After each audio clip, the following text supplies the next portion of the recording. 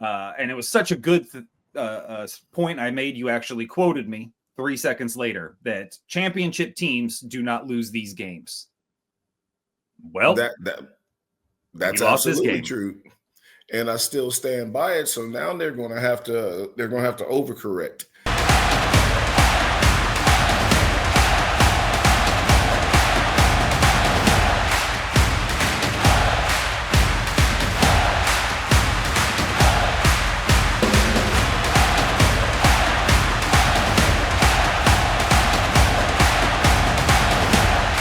Welcome to Six Rings and Counting. I'm your host, Corey Idle, and talking me off the ledge today is my man, Mr. Lou Willard. Lou, I don't know about you. I'm not feeling great. How about you? Oh, man, I'm doing all right. I'm better than I deserve. That game, you like to win, but sometimes you just lose. No, you do. You do quite a bit. We're going to do something different for everybody a little bit today. We are fully just recapping the Browns game. We're going to do a second show going into the Bengals because clearly the Steelers need more attention. We thought they were cruising. We thought things were looking great. And then Thursday night, blizzard happened in Cleveland, and we dropped a 24-19 bomb. And I had said this, Lou, as we ended the last show. And it was such a good point I made. You actually quoted me 3 seconds later that championship teams do not lose these games. Well, that's absolutely true, and I still stand by it. So now they're going to have to overcorrect. But you look at the traditional numbers. Steelers are 0-8 on Thursday nights in divisional games on the road. They've never won one. They haven't won a Thursday night game since 1980.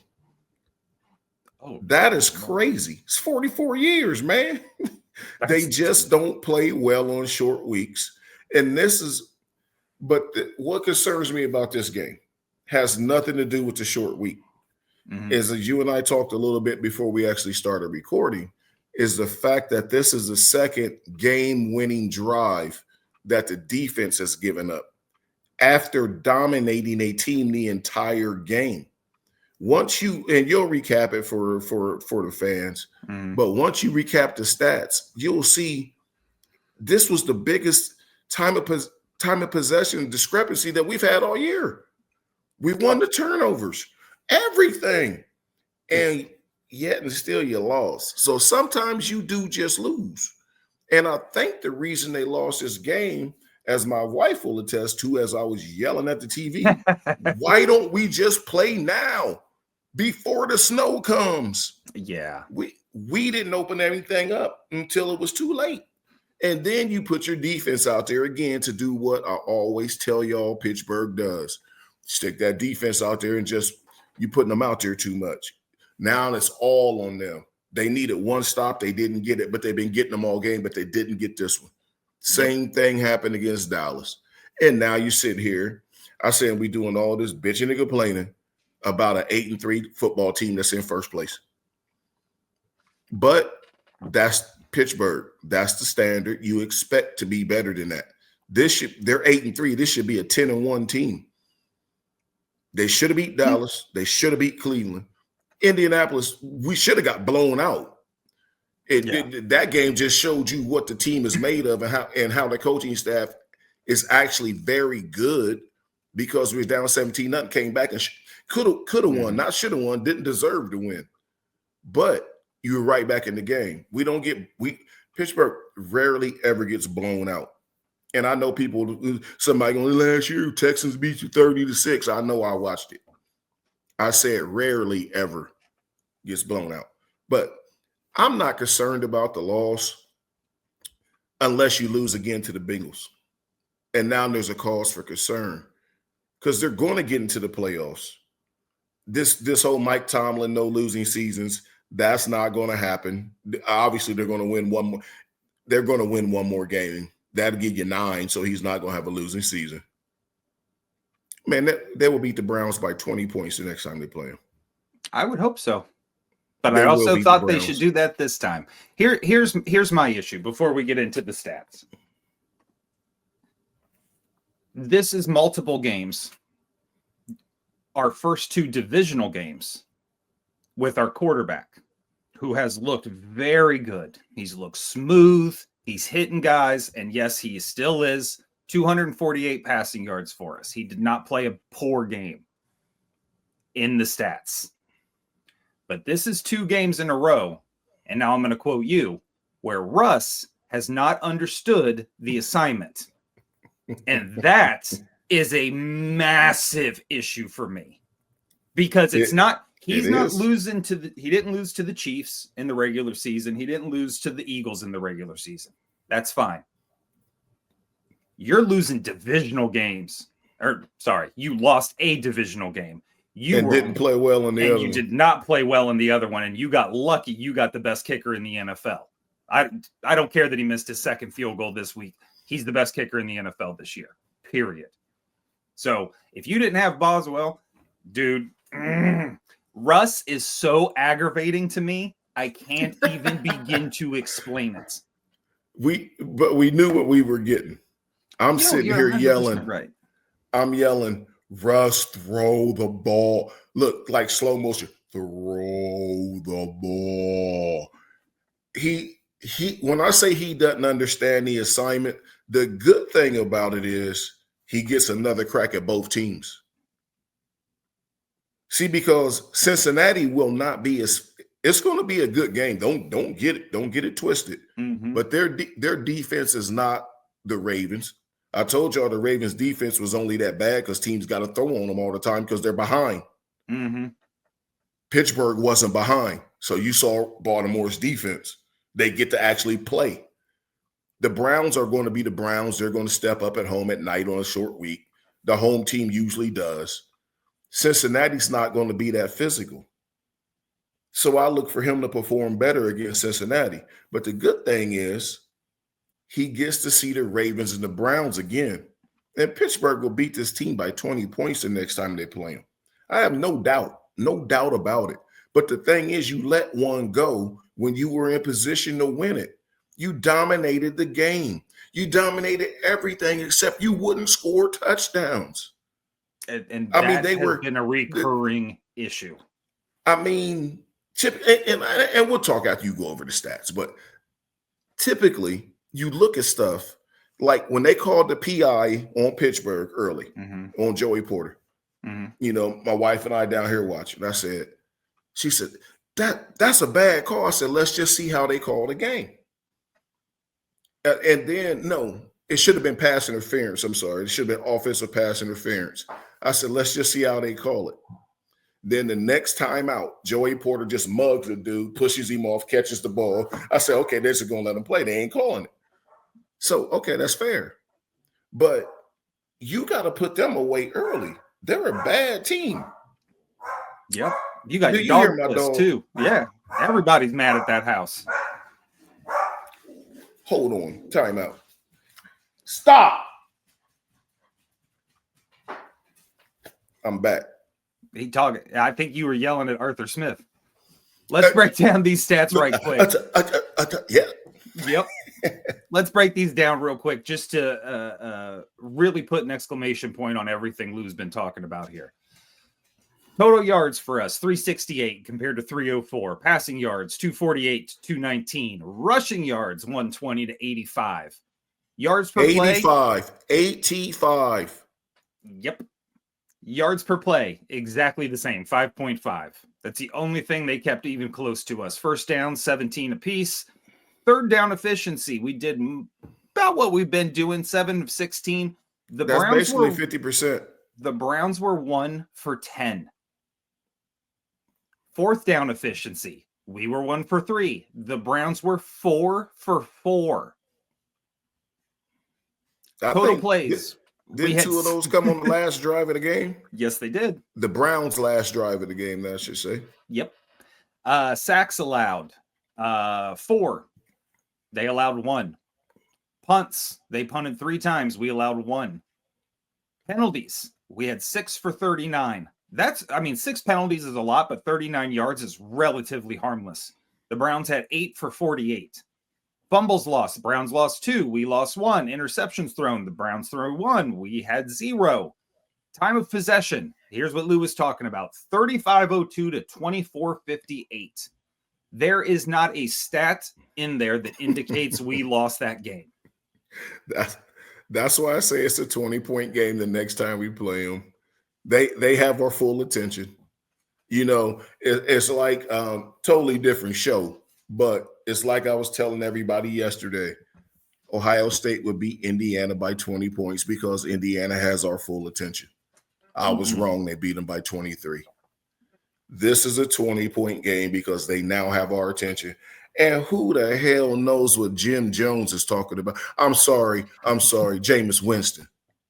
He sounds like he about to give everybody some sauced up Kool-Aid. What's wrong with this dude? He's very happy. Very happy. Whatever he's on, I want some of it. That's all. Not me. I don't want nothing to do with that. He can take Jim Jones and they can go try to catch that plane they damn self. I don't want none of that Kool-Aid. I have never seen a grown man so happy to play in snow before in my life. And you know what? He acted like it. Russ looked like a geriatric out there playing in the snow. His arthritis was acting up. I mean, everything was hurting on his bunions hurt. Everything bothered that man.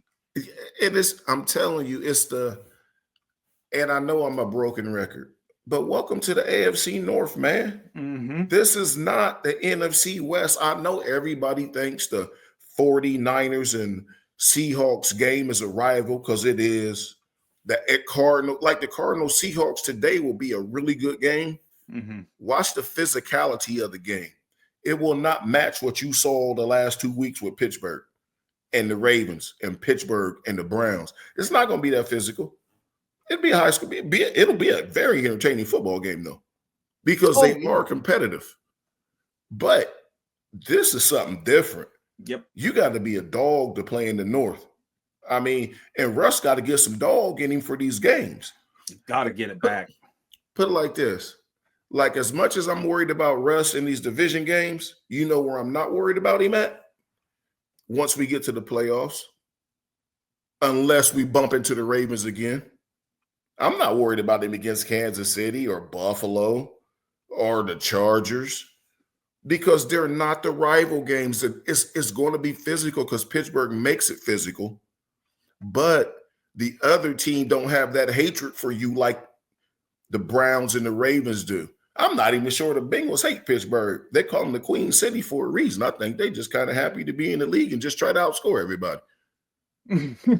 So I'm not really worried about him when he gets to the playoffs, but we got to win the division to get that home game because you might have to turn around and play the Ravens again. Yeah. I understand everything you're saying, and I have the same sort of optimism for the most part. Here's my problem. We don't score touchdowns. We'll play late. And you could second half team and we renegade and all that is cool and it looks good in the storybooks and the papers. Let me tell you something. The Bengals will run this score up if you let them. The Browns, you let them hang around forever. We didn't score a touchdown until the fourth quarter. Welcome to Pittsburgh, my friend. You can't do this. And I'm with Lou. Damn, you're never losing having a losing season. Congratulations. Look, damn that, but what you winning? Exactly. That means nothing in this thing. You know what that means? It means you get a bad draft pick in the first round. That's all it means. It means you constantly draft between 20th and 24th. That's all that means. That's it. It means nothing else. But the thing is, if you've noticed, they will score touchdowns against teams when they have to score touchdowns. If I could ask Mike Tomlin one thing, why don't we just play like that from the beginning? Well, mark my words. And this will be recorded, and it'll be recorded when we do the next show. They'll score at least 4 touchdowns against the Bengals. You know why? Because the coaching staff knows 6 field goals will get them beat by 15 points. If So that's the case, if that is truly the case, then shame on Mike Tomlin and shame on Arthur Smith. Absolutely. For even remotely allowing that to happen. But that's what it's been that way. It's been that way since Mike been there. It's been that way since they lost. Well, the 3 Bs was scoring touchdowns just because how you going to stop it? That's it. When they had Ben, Bell, and Brown, they was going to score. Mm-hmm. But this team, he's playing so close to the vest. You got to turn Russ loose, and Russ he's traditionally he takes a lot of sacks. Mm-hmm. So we knew what we were getting, and he hasn't taken as many as I thought he would. But I saw him take some the other night. I'm like, dude, throw the ball out of bounds. You already out there. Just flick it out. And he didn't. No, that's the other thing I'm seeing with Russ that is a real problem for me. And again, this is just an eye test. I have no stat to back this up. But what Russ was that, is looking. Was that his 5th game or 3rd game, 4th game, 3rd, whatever? I think you were right, 5. This is my issue with him right now. Is he seems to be looking, unless it's a screen or he has to, check down real fast because of a blitz. He's looking at 2 passes when he has time. He's looking at the deep ball and he's looking at a basic ass in route across the middle. There is nothing else he's looking at. Well, and you're right, but I do love the fact that he's looking at the deep ball first because that's what Justin wasn't doing. And that brings us to another point that I'll get to here in a second, where Justin Fields should have played more because of the conditions. But nonetheless, we got to get 15 involved. Van Jefferson isn't getting it done. No. He dropped 2 more balls. Get 15 in the game. I can't pronounce his name, so I call him by his number. Get 15 in the game. That kid playing hard.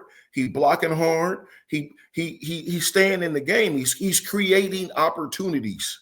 Yeah, he's making stuff happen. We'll call him Brad Sacagawea because I can't pronounce his name either. Yeah, I can't pronounce. I'm not even going to butcher his name out of respect for the man. I won't. I will do it because I don't know you. But yeah, Brad Sacagawea is playing well. Calvin Austin has been one of the few bright spots I've seen. Jaylen Warren is also come. Najee better watch himself because Jaylen Warren is playing football right now. He is, but like you look at the stats, and if you really have to watch the game, Najee played a great game. Oh, sure. He played a great game considering the circumstances. Yep. What Najee's asked to do versus what Jalen's asked to do is 2 totally different jobs. 2 totally different. They may as well be playing 2 different positions while playing the same position. Najee's having the best. Like he's in a contract year. Mm-hmm. This is his best year. Yep. Like if somebody pull up the numbers and go, no, he had this, he had that. That's fine. Watch the all 22. That means the film for everybody. This is the best year he's had. Yep. This dude is playing like a dog. He's going to get a contract, and if Pittsburgh is smart, they'll be the ones that give it to him. But somebody's giving him a contract, and he's starting somewhere next year. 100%. Because number one, I think he's got, 1 fumble this year or whatever. I don't think he has any lost. But he don't put the ball on the ground. In the form of like Derrick Henry don't put it on the ground. He had 1 fumble in his last 569 carries. Yep. That 1 fumble loss. That's about the track that Najee's on. And he's running violent. Mm-hmm. That's who you want. So somebody's going to sign him to a 3-year, 28, $30 million deal.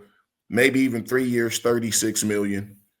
But that's going to be the deal he gets because at the end of that, the way he plays and the way he runs, he's going to be done. Oh, but that's a 8-year NFL career as a running back. That's a hell of a career. You're set up generationally with money, and he's earned every bit of it. That dude is the way Najee's playing, he can lead you to a Super Bowl the way he's playing. Mark my words. I'm not saying he will. I'm saying he can take over a game and do it. Because he is running angry. He's He can. running. He's running for his money. Those are the people that you always want to have on your team. Yep. Look at T. Higgins. I know he's been hurt a lot this year, but for Cincinnati, and we'll talk about him in the next show. But when he does play, he's producing. Yes, sir. Period. You put their money on the line, all of a sudden, a mofo will play. And that's where Najee's at. Let me shift topics here real quick, because I know we want to talk about this and we're running out of time. Justin Fields.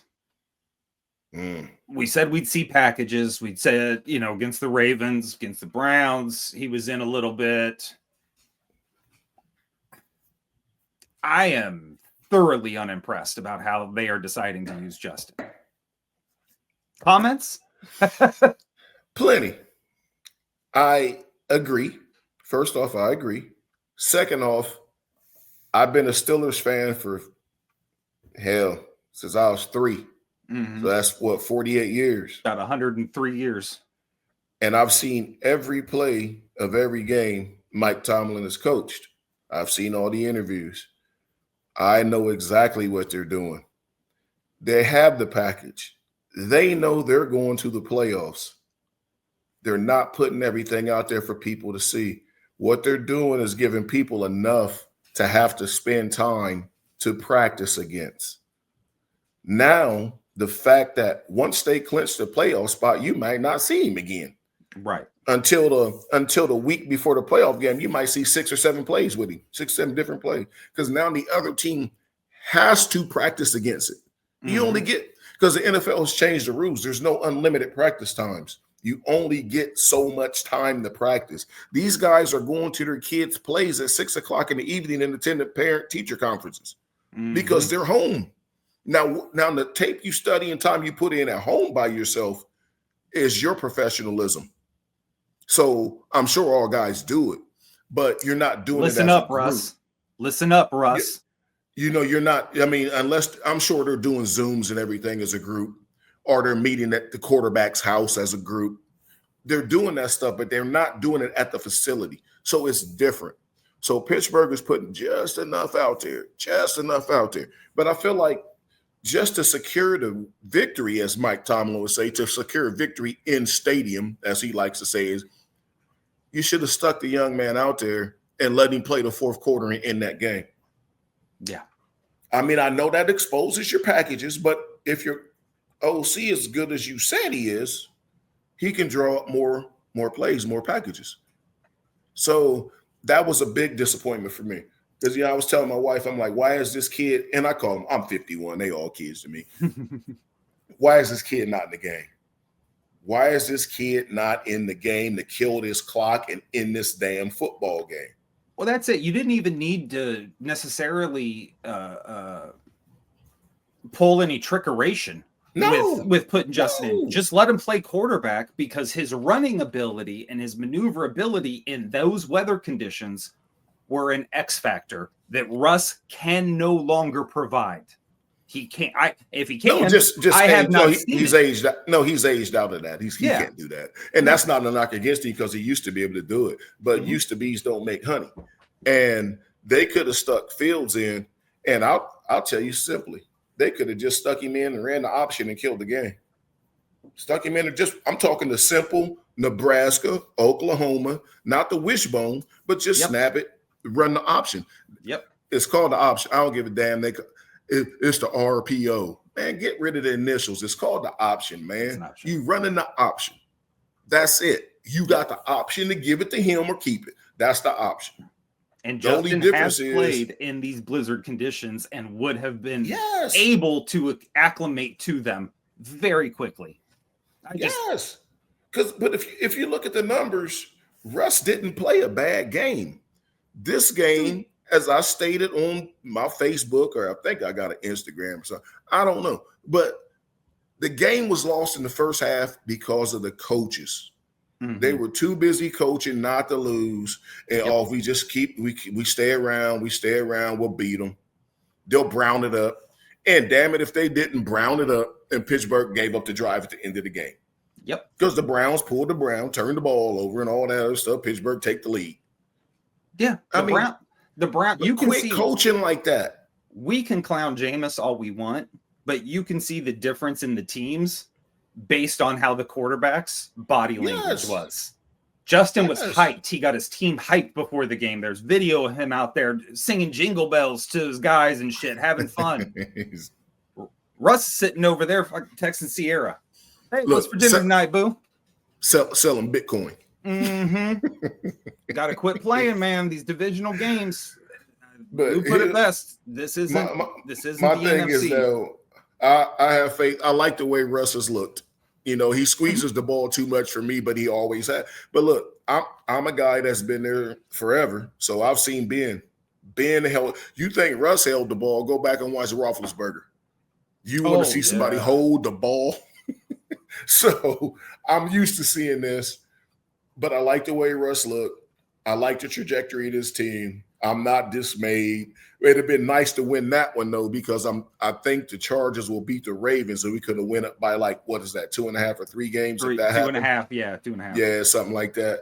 That would have been a huge help. Now we'll still be in the same position and having to play them again. Yep. So it'd have been nice to get to week 17 and be able to set people against the Bengals, but there's going to be a dogfight to the end. Why the Chiefs out there resting everybody. Why the Bills done won their division. The Bills will win their division this week. It'll already be over with 5 games left. So, but here Pittsburgh is in a damn dog fight with 3 games in 10 days coming up. And they're going to keep playing around. And I'm telling you, this does not get easier. You got the Bengals, Browns, Eagles, Ravens, Chiefs, Bengals. You F around, you will find out. Do not do that. Start coaching to win these games. You're going to find yourself playing in Buffalo in the first round of the playoffs. And that's, I'm not afraid of that game, but I'd rather go play the Chargers or the Broncos. Yes, please. I mean, I don't really necessarily want to go back to Orchard Park till I have to. No. But no. So you got to win your games when you can win them. You got to. And before we leave, I just want to let everybody know y'all slept on that used bees don't make honey line. That was fire. That was a bar. For Lou Willard, I'm Corey Idle. 6 Rings and Counting. We'll catch you next time for the Bengals Breakdown.